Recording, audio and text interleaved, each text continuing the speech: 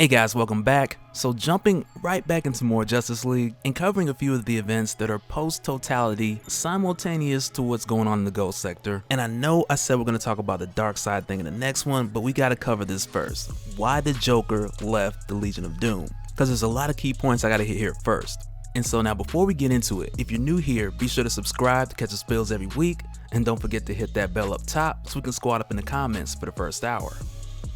So really just picking up where we left off, talking about the whole totality event and many of the key moments that had taken place during it, like the introduction of the totality, Kendra's connection to the totality in the source wall, Lex Luthor virtually turning Batman into a pack of ramen noodles with one punch, and so much more. But you notice how Batman didn't even want to talk about it. Like, I'd have to pull him to the side and be like, hey, so we not gonna talk about the fact that you got punched in the face so hard that your legs was broken. And in his defense, it was probably the trip back that did most of the damage, but World Star ain't gonna see it that way. But all in all, the body cast is fire though. I'll say that. But following all of these epic events of the totality, which we had talked about in the previous video where I explained why Lex Luthor turned evil again, the Justice League was met with the arrival of Will Payton, Starman. And so for those who didn't catch this initially, it's actually a payoff to the Easter egg which we had seen in Dark Knight's Metal issue number 1, when we had seen his picture on the wall when Kendra was showing the League members Carter Hall's studies on Nth Metal, back when we had seen much of the extent of Carter Hall's research when he was trying to prove that Nth Metal wasn't necessarily evil, but rather learn more about it and tie more of its connections to understand what it was truly capable of, knowing that parts of those answers reach beyond our cosmology. And that's just one of the things that goes to show you that Scott Snyder put a lot of thought in this, and he knew even from way back then, towards the beginning of Dark Knight's Metal, a lot of the characters and components that would crescendo from that event moving forward in the DC universe. But alongside with the arrival of Starman at the Hall of Justice, back at the Legion of Doom headquarters, and not long after taking a huge L, which doesn't stand for Lex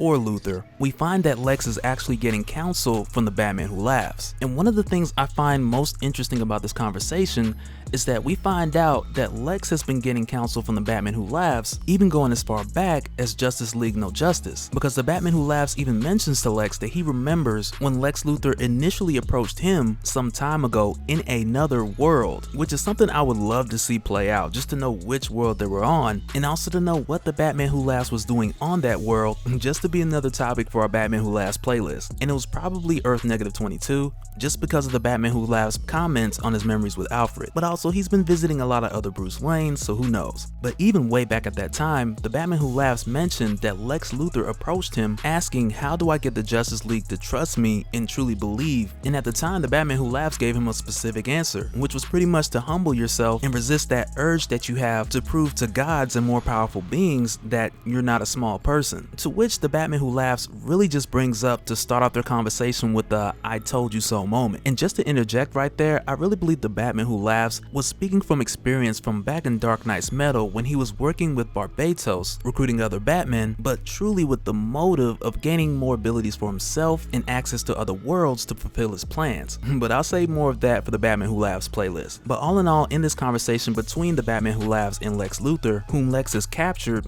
if you want to call it that, but Lex is keeping him held here so he can get as much information as he needs and as often and as quick as he needs it. But it's in this conversation that the Batman Who Laughs tells him that he is aware of many of the tools of creation that were held within the source wall, which the heroes have broken and are at this time out just left for the taking. And in addition to him reminding Lex that he's there by choice, in doing so with dropping a dark metal pick that I personally interpret as him showing, okay, this was my way out, but I'm handing it over to you as a show of good faith. But at the same time, it's like, who's he fooling? Because this is a Batman and his backup plans have backup plans. But what he does here while they're talking, it is so crazy, and I can't wait to do an ability breakdown on this guy. And I'm still waiting for an issue or two on his solo series before I do so. But when he's here talking to Lex, he tells him that he can smell the chronal energy on him. And the Batman Who Laughs lets him know that just off of that he's put together that Lex has found the trail to the Legionnaires Club, to where Lex also found the papers on the Stellaron 5 experiment, because the scent of chronal energy is just a giveaway that you've been doing time traveling. So not only did the Batman Who Laughs know that he found the papers, but he had also went back in time to collect. And throughout his brutal and cruel interrogations of Starman, Lex didn't only discover the different powers that he needed to unlock, shock, but also as a result of this interrogation, Lex also discovered who he needed to recruit into the Legion of Doom to wield each power, and in addition mentioning that the two which would be the easiest to take would be the Steel Force, then after that the Invisible Emotional Spectrum. And when he tells Lex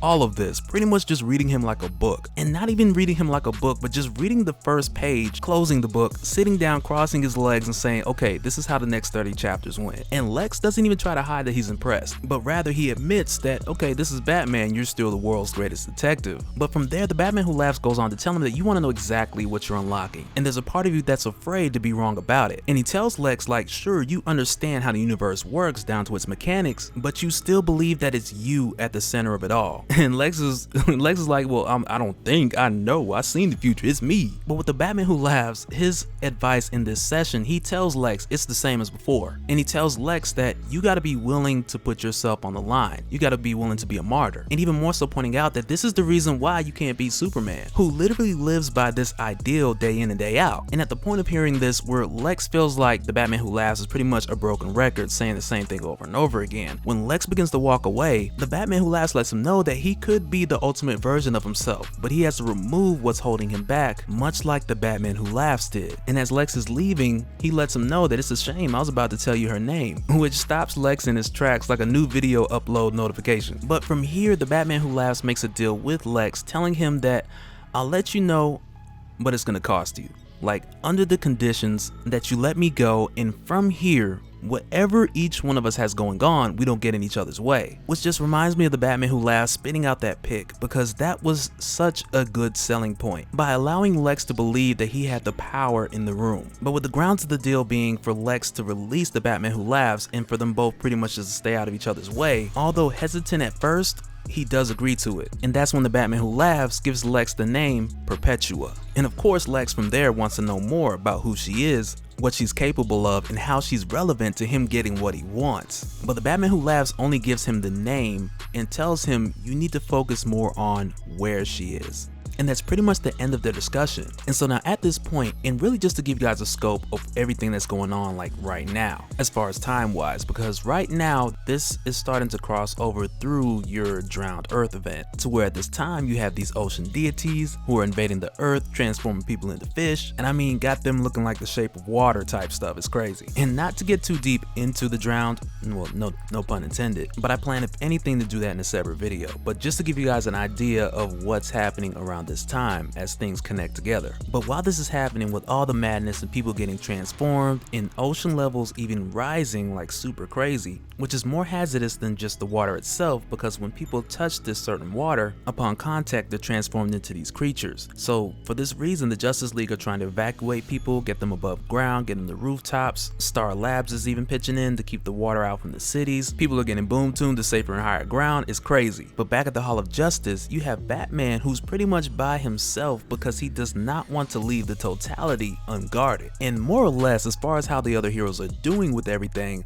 let's just say for them things aren't going too well. And as for Batman, who's still in that body cast, to which I might add he has mentioned that it's pretty much like a mobile Batcave. But even still, with him in his condition, and at this point the Hall of Justice is submerged in water, he's trying to call out to other members of the league, but he can't really get through, and it's getting pretty serious because the Hall of Justice just isn't holding up. And in addition to that, he also gets a surprising invitation from the Legion of Doom, who have arrived to capitalize on the Hall of Justice being empty in order to steal the totality in the hero's absence. And in addition, taking advantage of just the fact that Batman at this current moment isn't at 100%. And so just before the Legion of Doom takes the totality, Lex Luthor brings Cheetah forward to destroy a key which enchantments are connected to the Graveyard of Gods. And Luthor's intention of doing this is to break open the restrictions of certain powers that are only accessible to gods in order for the Legion of Doom to wield the other unlocked forces. And so now as far as the Graveyard of Gods, which is something we can go more into depth with a Drowned video if you guys like, let me know in the comments. But as far as the Graveyard of Gods, I do want to mention that the 7 forces of the totality are connected through it, which is why Lex Luthor is destroying this key, which enchantments are tied to the graveyard. And of course, keys represent authority, and of course authority which Lex Luthor wants. But as far as the Graveyard of Gods itself, if anything anything were to happen to this place, if it were to be destroyed itself, because it is a resting place for gods in between incarnations, if this place were destroyed,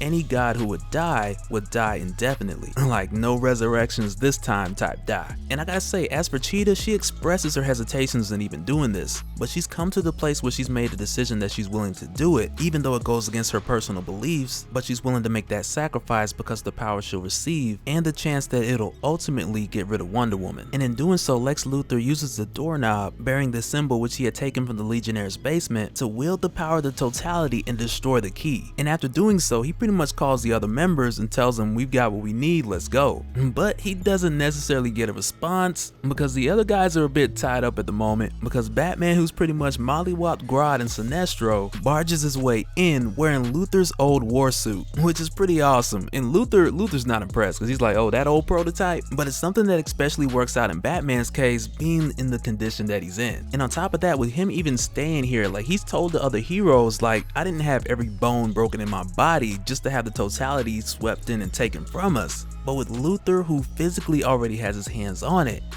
it's already too late. And at this point, Luthor leaves with the totality, heading back to the Doom headquarters, and Batman comes up short once again. And I'm telling you, man, if Batman ever stepped into our reality and he met like James Tynion, Scott Snyder, Tom King, he'd just be like, why?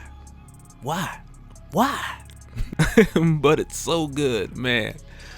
Oh man, so jumping over back to the Legion of Doom's headquarters, where Lex Luthor is more or less trying to figure out how to use the totality to communicate with Perpetua. And with doing so, he's replaying previous visitations with the Batman Who Laughs, and to an extent modeling after his counsel. And all the while playing this recording, one of the greatest clues being repeated like right under his nose over and over again, saying the Source Wall is a prison, but who is it built to in prison? But during the time that he's working on this, and of course the Joker had seen him, but during this time he gets a page in the Doom headquarters, and it's the Joker, who's telling Lex to focus his attention at the Central Hall, when all the while a hypnotic laugh is being sent out through the Doom headquarters. And this hypnotic laugh is affecting everybody from the Legion of Doom, plus a bunch of other villains, and let me know who else you guys spot down in the comments below. But with the Joker infecting the rest of these villains with a modified version of his serum, and using signals of hypnosis to make them do what he wants when he wants, he made sure that Lex was fully immune so that he'd be 100% coherent. And when the Joker tells Lex that you forced my hand, Lex goes to suit up, but his war suit is torn to pieces. Because really, what fun would that be? Because at a point in time when Lex had figured he was just giving the Joker something to do by allowing the Joker to build his own torture room in the Hall of Doom. And he took that liberty and came up with a few plans of his own. Because when it was all said and done, the Joker was upset that Lex Luthor broke his promise. And everything that we see the Joker doing here, he had planned from day one.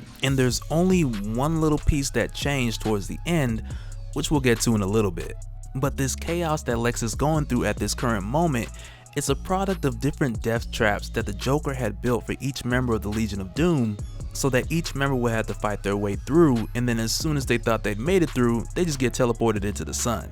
And after knocking Lex out with a doorknob that he felt was so precious, he ties him up exactly the same way that Lex had tied up the Batman Who Laughs. And with all the other villains gathered around still under the Joker's influence, the Joker breaks all of this down for Lex, and he lets him know, like, sure, you promised us the powers of creation and the universe and all that, but I don't want no multiverse, that's too much work. But instead, he wanted Luthor to follow through with his promise and get to the very edge so that the Joker could just blow it all up in his face. And of course, Lex Luthor did get the totality back, so at this time, really and truly, the villains are winning. But the Joker keeps repeating that Lex broke his promise. He's referring to back when Lex first recruited him, because the Joker said that he wants no involvement with the Batman Who Laughs, and if Luthor wanted this Joker to work with him, that Luthor needed to choose one or the other. And in that moment, he told Luthor that he was dead serious, and the Joker wasn't laughing. There wasn't even a hint of a smile on his face when he said this to him. But of course, in that moment, Luthor told the Joker what he wanted to hear, because at the time, Lex had already known, because of the research that he had got from Starman, that the Joker was one of the specific people that he needed to wield one of the new forces once unlocked. But at the same time, Lex also needed the Batman Who Laughs because of his vast knowledge of the multiverse, which he knew would be useful at some point. And this is why when the Joker backed Luthor into this corner to make this decision, he just lied, because for Luthor, he felt like he needed both. And just for the record, if you guys remember in the previous video where we had talked about The whole thing with the plans being foiled when the Legion of Doom was defeated by the Justice League, and the Joker had just left the body of Martian Manhunter and arrived back at the Hall of Doom. Just in case anybody didn't catch that, this is the moment when the Joker was going to unleash havoc on the Legion of Doom, being that he already had their lair booby-trapped and ready to go. But since they didn't come out with the win, he was just like, oh man, so I guess I gotta hold that till later on. But as far as at this point, with the Joker explaining all the plans that he had for the Legion of Doom, with the torture chambers, with the gas and teleporting them into the sun, he was gonna leave a trail for the Justice League to come find too. But only late enough so that they'll get there on time and see the Legion of Doom die, pretty much. And because Lex asked for art when he first recruited the Joker, that was going to be the Joker's masterpiece. But at this moment, the Joker says he's not going to do it because it is nothing compared to what the Batman Who Laughs is going to do to Lex Luthor. And the Joker just walks away. Like, that's it. He just walks away. He lets the gas out to cure everybody and bring them back to normal, and he just walks away, officially leaving the Legion of Doom, which is a terrifying exit just to leave this man to his imagination like that. And the thing is, you know, Lex is smart. He's brilliant, but he's dumb. Like, at the same time, you dig what I'm saying? But even still with this experience, I feel like that he's taken even more of a sense of urgency, because immediately after, with the loss of the Joker, and they also no longer have Black Manta because of the events of the Drowned, but immediately with this new sense of urgency, he checks out to Base Omega, to Professor Ivo, to whom he currently has over there rebuilding Brainiac, who had been destroyed in Justice League No Justice. Because for what's coming up next, Lex Luthor needs Brainiac to figure out some things that I believe only Brainiac could really figure out. Because for what's needed to be done around the corner, there is no room for error. But that'll do it for this one, guys. Man, man, like it's writing like this that just makes, you know, all your purchases for all your Justice League comics, for all the Batman Who Laughs comics, Justice League No Justice, Justice League Odyssey, all the Dark Knight's Metal, all the tie-ins, because it's truly cohesive bliss, man. Like, I love it. And it also gives us a time frame as far as some of the events for the Batman Who Laughs series, with Lex keeping up with his end of the deal and releasing the Batman Who Laughs, and also the Joker walking away. And I'll definitely fill you guys in with more of the connections on the Batman Who Laughs playlist, but man, okay, I'm done. That's it for this one, guys. I'll catch y'all on the next one. Alright, later.